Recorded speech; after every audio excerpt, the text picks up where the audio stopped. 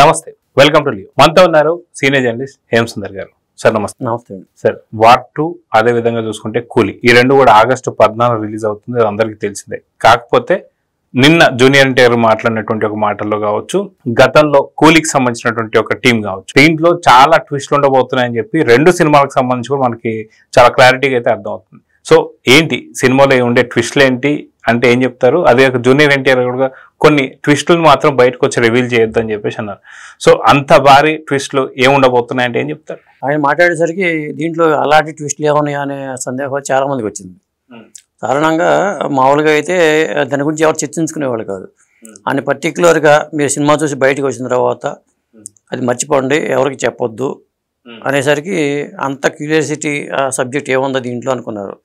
అంటే వీళ్ళిద్దరు కాకుండా సర్ప్రైజ్ ఏమైనా ఉందా అనేది డౌట్ అయితే వచ్చింది. ఎందుకంటే టగీ ష్రాఫ్ పాత్ర గతంలో కూడా అది చనిపోయినట్టుగా మనకి అక్కడ ఆ సినిమాలో చూపించలేదు కాబట్టి ఆ పాత్ర ఎందుకు లేకలేదు, ఆ పాత్రకు సంబంధించి ఏమన్నా ఇందులో కూడా కొంత ఉండే అవకాశం ఉందా, అలాగే మరి క్లైమాక్స్లో కొత్త పాత్ర ఏమైనా ఎంటర్ అవుతుందా, ఈ పాత్రకు సంబంధించి అసలు ఎవరు విలనో ఎవరు హీరో అనేది జరుగుతుంది కాబట్టి అవన్నీ కూడా బయట పెట్టద్దనే ఉద్దేశంతో కూడా కావచ్చు. సో ఓవరాల్ గా చూసుకుంటే ట్విస్ట్ల గురించి మాత్రం చాలా కంప్లీట్ గా ఏదో జరగబోతుంది అని చెప్పి ఒక చిన్న హైప్ అయితే క్రియేట్ చేశాడు జూనియర్ ఎన్టీఆర్. కానీ అదే విధంగా చూసుకుంటే కూలీకి సంబంధించి ఒక్కొక్క అప్డేట్ ఒక ట్విస్ట్ లాగా కనిపిస్తుంది. సో రెండింటి మధ్య ట్విస్ట్లు ఎలా ఉండబోతున్నాయి అంటే ఏం చెప్తారు? దీంట్లో వార్ 2లో సర్ప్రైజ్లో ఉన్నట్టుగానే కూలీలో కూడా కొన్ని సర్ప్రైజ్లు ఉన్నాయని చెప్పి అంటున్నారు.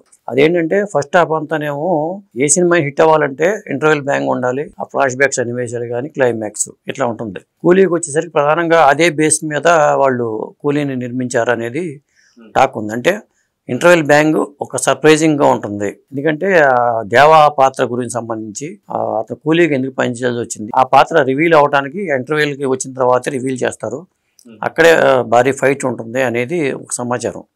అతను ఫ్లాష్ బ్యాక్ అంతానేమో సెకండ్ హాఫ్లో దేవాకు సంబంధించిన ఫ్లాష్ బ్యాక్ అంతా సెకండ్ పార్ట్లో ఉంటుంది అని చెప్తున్నారు.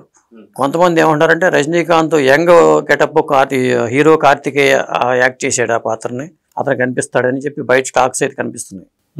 ఆ ఫ్లాష్ బ్యాక్ సన్నివేశం సంబంధించిన వరకు ఆయన ఉంటాడా లేకపోతే రజనీకాంతే కనిపిస్తాడా, బహుశా అతను ఫ్లాష్ బ్యాక్ ఏంటి, దేవా ఎవరు ఏంటి అనేది మళ్ళీ ఇక్కడ కూలీకి ఎందుకు మారాల్సి వచ్చింది, కొద్దిగా చూస్తుంటే భాషా ప్యాటర్న్లోనే సినిమా ఉండేట్టుగా అనిపిస్తుంది. ఇంకోటి ఏంటంటే క్లైమాక్స్ లో అమీర్ ఖాన్ ఎంటర్ కావటం, అమీర్ ఖాన్ కాకుండా కమల్ హాసన్ కూడా ఉంటారు, విక్రమ్ పాత్ర ఎంటర్ అవుతుంది అనేది ఒక టాక్ అయితే ఉంది. అందువల్ల అప్పుడు కమల్ హాసన్ ఖచ్చితంగా ఉంటే పెద్ద సర్ప్రైజ్ అవుతుంది కూలీకి సంబంధించిన వరకు కూడా. అలాగే నాగార్జున పాత్ర చాలా పవర్ఫుల్ అనేది మనకు అర్థమవుతుంది. హీరో పాత్ర కన్నా పవర్ఫుల్ పాత్ర సైమన్ పాత్ర, అందువల్లే అమీర్ ఖాన్ ఎంటర్ కావాల్సి వచ్చింది, తర్వాత విక్రమ్ కూడా ఎంటర్ కావాల్సి వస్తుంది అని కూడా కొందరు చెప్తున్నారు. ఏదేమైనా కానీ సినిమాలో ఈ మూడు అంశాలు అంటే ఇంటర్వెల్కి ముందు వచ్చే బ్యాంక్, ఇంటర్వెల్ బ్యాంక్ కానీ, ఫ్లాష్ బ్యాక్ కానీ, క్లైమాక్స్ కానీ, ఈ మూడు ఖచ్చితంగా సంతృప్తికరంగా ఉంటే సినిమా పెద్ద హిట్ అవడానికి ఛాన్సెస్ అయితే ఉన్నాయి. అయితే మనం చూసుకుంటే కూలీకి సంబంధించి చూసుకుంటే ఇది గతంలో కూడా ఎల్సీయూ ఫార్మాట్ లో కాదు లియో అని చెప్పేసి అన్నారు. కానీ విజయ్ తలపతి సినిమా ఏదైతే ఉందో మళ్ళీ అది ఎల్సీయూ ఫార్మాట్ లో లాస్ట్ లో విక్రమ్ వాయిస్ కావచ్చు, అంటే కమల్ హాసన్ వాయిస్ కావచ్చు, వీళ్ళందరూ కూడా ఎంట్రీ అవబోతున్నారు సంగతి మనకు అర్థమైంది.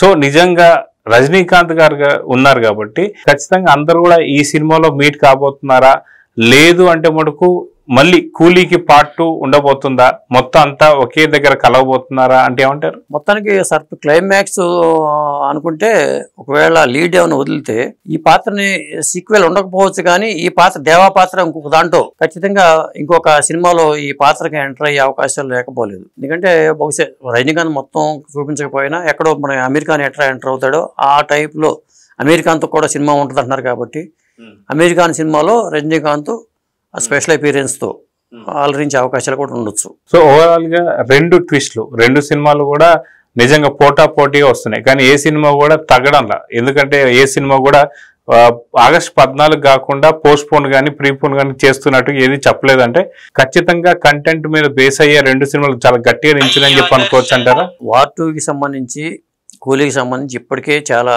హైప్ క్రియేట్ అయి ఉంది. ఇప్పుడు నిన్న వాళ్ళు ఈవెంట్ కూడా వాళ్ళు చేసుకున్నారు. వాళ్ళు ఒక సన్ టీవీ ఓటీటీలో కూడా నిన్న ఈవెంట్ని వాళ్ళు ప్రసారం చేసుకుంటున్నారు. తెలుగులో మళ్ళీ మొన్న ఎప్పుడో ఈవెంట్ చేయడం తప్పితే తెలుగులో లేదు. వాళ్ళు అండర్ ప్రమోషన్స్ చేస్తున్నారు కూలీ సినిమాకి సంబంధించిన వరకు. ఏదేమైనా ఫస్ట్ రోజు ఫస్ట్ షో ఆ టాక్ బయటకు వస్తే మాత్రం ఖచ్చితంగా రెండో సినిమా మీద ఎఫెక్ట్ పడే అవకాశాలు ఎక్కువ ఉంటాయి. రెండు సినిమాలని జనం యాక్సెప్ట్ చేస్తారా అంటే అది ఇదేదో సంక్రాంతి సీజన్ కూడా కాదు. మరి ఒక సినిమా కొద్దిగా బెటర్గా ఉంటే దానికి పాజిటివ్ అవడానికి అవకాశం ఎక్కువ ఉంది. ఇప్పుడు దాకా సినిమా రిలీజ్కి ముందు అయితే కూలీ మీద హైప్ ఉందో తప్పితే వార్ 2 మీద లేదు. వార్ 2 మీద హైప్ వచ్చిందంటే ప్రీ రిలీజ్ ఈవెంట్లో ఆ ఈవెంట్ వల్ల కొంత హైప్ వచ్చింది. కానీ జనరల్గా బుకింగ్స్లో ఓవర్సీస్ మార్కెట్లో చూసుకున్నా లేదా నార్త్లో చూసుకున్నా కూలీకే ఎడ్జ్ ఉందనేది చెప్తున్నారు అందరూ.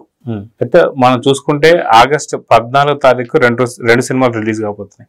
ఆగస్టు 15 శుక్రవారం సెలవు, అదేవిధంగా శనివారం, తర్వాత సండే. సో దాదాపు 4 రోజుల పాటు ఓపెనింగ్స్ కరెక్ట్గా జరిగితే మనకు అనుకున్నటువంటి కలెక్షన్స్ వచ్చేస్తాయని అనుకోవచ్చు అంటారు. ఖచ్చితంగా వచ్చేస్తాయి. ఎందుకంటే అది కలిసి వచ్చిందని చెప్పుకోవాలి. అసలు వరుసపెట్టి సెలవులు రావడం అనేది ఒక విధంగా కలిసి వచ్చింది. అందుకనే ఎవరు తగ్గట్లా. డేట్ 14వ తారీఖునే వాళ్ళు బట్టి వాళ్ళు రిలీజ్ చేయడానికి కారణం కూడా అది కూడా ఒక కారణం అవుతుంది. అందువల్ల ఆదివారం వరకు కూడా కలెక్షన్స్ పరంగా అడ్వాన్స్ బుకింగ్ల పరంగా కూడా చాలా హెల్ప్ అవడానికి అవకాశం అయితే ఉంది. అదండి. పైగా రజనీకాంత్ సినిమా అనేసరికి తమిళనాడులో సాఫ్ట్వేర్ కంపెనీల వాళ్ళు సెలవులు ప్రకటించేశారు ఆల్రెడీ. అలాగే కర్ణాటకలో కూడా అక్కడ బుకింగ్ స్టార్ట్ అయినాయి. అక్కడ కూడా చాలా హైప్ క్రియేట్ ఉంది కూలీ మీద. ఇంకా అట్లా క్రియేట్ అవ్వలేదు. కానీ తెలుగు రాష్ట్రాల్లో మాత్రం అక్కడ మాత్రం అలాగే ఉంది. సో అది నిన్న చూసుకుంటే ఏదైతే జూనియర్ ఎన్టీఆర్ గారు మాట్లాడుతూ కొంత ఫ్రస్ట్రేట్ అయినట్టు మనకు కనిపిస్తూ వస్తుంది. సో ఈ ఫ్రస్ట్రేషన్ ని ఎలా చూడాలంటారు? అదిగాక నారా లోకేష్ గారు ట్వీట్ చేశారని చెప్పి కూలీ సినిమాకి సంబంధించి వార్ 2కి సంబంధించినటువంటి ఎటువంటి ఏమంటారనమాట విషెస్ కానీ అవి ఏమి లేకపోవడంతో కొంత ఫ్రస్ట్రేట్ అయ్యారని చెప్పి కొన్ని వార్తలు. సో మీరేం చెప్తారు? అదే లోకేష్ గారు ట్వీట్ చేయడానికి కారణం ఏంటంటే రజనీకాంత్ గారి కెరీర్ 50 ఏళ్ళు అయింది. ఆయన 1975లో సినిమా ఫీల్డ్లోకి వచ్చి అపూర్వ రకం కలిసిన సినిమా ద్వారా ఆయన మొదటి సినిమా ఆగస్టు 18వ తారీఖుకి 50 ఏళ్ళు అవుతుంది. అందుకనే కూలీ సక్సెస్ కావాలని కోరుకుంటున్నాడు ఆయన ట్వీట్ చేశారు. ఇప్పుడు దాన్ని ఎన్టీఆర్ ఫ్యాన్స్ వాళ్ళు కొద్దిగా హర్ట్ అయినట్టుగా మనకు అనిపిస్తుంది ఈ ట్వీట్ చూస్తే. ఇదేంటంటే రజనీకాంత్ గారు 50 ఏళ్ళ సినిమా దీని అందరం పురస్కరించుకొని మా ఫ్యామిలీకి బాగా దగ్గరకు కావాల్సిన వ్యక్తి అంటే ఆయన మాట్లాడే మాటలు చూసుకుంటే మరి జూనియర్ ఎన్టీఆర్ కాదా, ఎందుకు జూనియర్ ఎన్టీఆర్ని పట్టించుకోవట్లేదు, కూలీ సినిమా సక్సెస్ కావాలి ఎందుకు కోరుకుంటున్నారు అనేది వైరల్ చేసుకుంటున్నారు. అటు పక్కనేమో వైసీపీ వర్గాలేమో కొద్దిగా జూనియర్ ఎన్టీఆర్ సపోర్ట్గా నిలబడుతున్నారు అనేది, ఆ సినిమా సక్సెస్ చేద్దాం అనే దానికోసం పనిచేస్తున్నారు అనేది వినిపిస్తుంది. ఇటు పక్కన టీడీపీ శ్రేణులు కానీ ఇవన్నీ కూడా లోకేష్ గారి ట్వీట్ ఇవన్నీ ఈ సినిమాకి హెల్ప్ అయినాయి చెప్తున్నారు. మొత్తం మీద అయితే ఇది ఒక సెన్సేషన్ క్రియేట్ చేసిందని చెప్పాలి. లోకేష్ గారి ట్వీట్ అనేది కొద్దిగా సెన్సేషన్ క్రియేట్ చేసిందని చెప్పాలి. ఓకే, అంటే లోకేష్ గారి ట్వీట్ వచ్చేసి ఇటు వారికి అదేవిధంగా కూలీకి మధ్యన యాక్చువల్గా నారా వారికి నందమూరి వారికి కొంత గ్యాప్ అయితే క్రియేట్ అయిందని చెప్పి అనుకుంటున్నాం. అదేవిధంగా ఇప్పుడు ఈ ట్వీట్ ద్వారా ఆ గ్యాప్ ఇంకొద్ది పెరిగింది అనుకోవాలా తగ్గింది అనుకోవాలంటే ఏం చెప్తారు? ఖచ్చితంగా గ్యాప్ పెరిగిందని అనుకోవాలి. ఎందుకంటే లోకేష్ గారు ప్రత్యేకించి ఈ కూలీ సక్సెస్ కావాలని కోరుకుంటున్నాను అంటే అది ఎట్లా ఉందంటే వార్ 2 ఫ్లాప్ అవ్వాలని కోరుకుంటున్నారు అన్నట్టుగా వెళ్ళిపోతుంది బయటికి. ఒకవేళ ఈ 2 రోజులు ఆయన మళ్ళీ ట్వీట్ చేయొచ్చు, చెప్పలేము. ఎందుకంటే అది దృష్టి తీసుకెళ్ళి ఉంటారు ఎవరో వాళ్ళు. రజనీకాంత్ గారికి 50 ఏళ్ళు అయింది అది, అదేమంటే మరి ఎన్టీఆర్ గారికి 25 ఏళ్ళు అయింది కదా అనేవాళ్ళు ఉన్నారు. కాబట్టి ఏదైనా 2 పెద్ద సినిమాలో 2 పెద్ద హీరోలు, మరి రజనీకాంత్ గారు ఎప్పుడు పిలిస్తే అప్పుడు వీళ్ళ కార్యక్రమానికి రావడం కానీ మన శతీయోత్సవాలకు రావడం కానీ ఇవన్నీ జరిగినాయి. ఆ కృతజ్ఞతా భావంతోనే లోకేష్ గారు ట్వీట్ చేసి ఉండొచ్చు. అవును. సో చూద్దాం సార్, మొత్తానికి ఆగస్టు 14వ తారీఖున ఏది గెలవబోతుంది, ఏది ఓడబోతుంది, లేదా రెండు గెలుపు దిశగా వెళ్తున్నాయా లేదా చూద్దాం. మరి నమస్తే.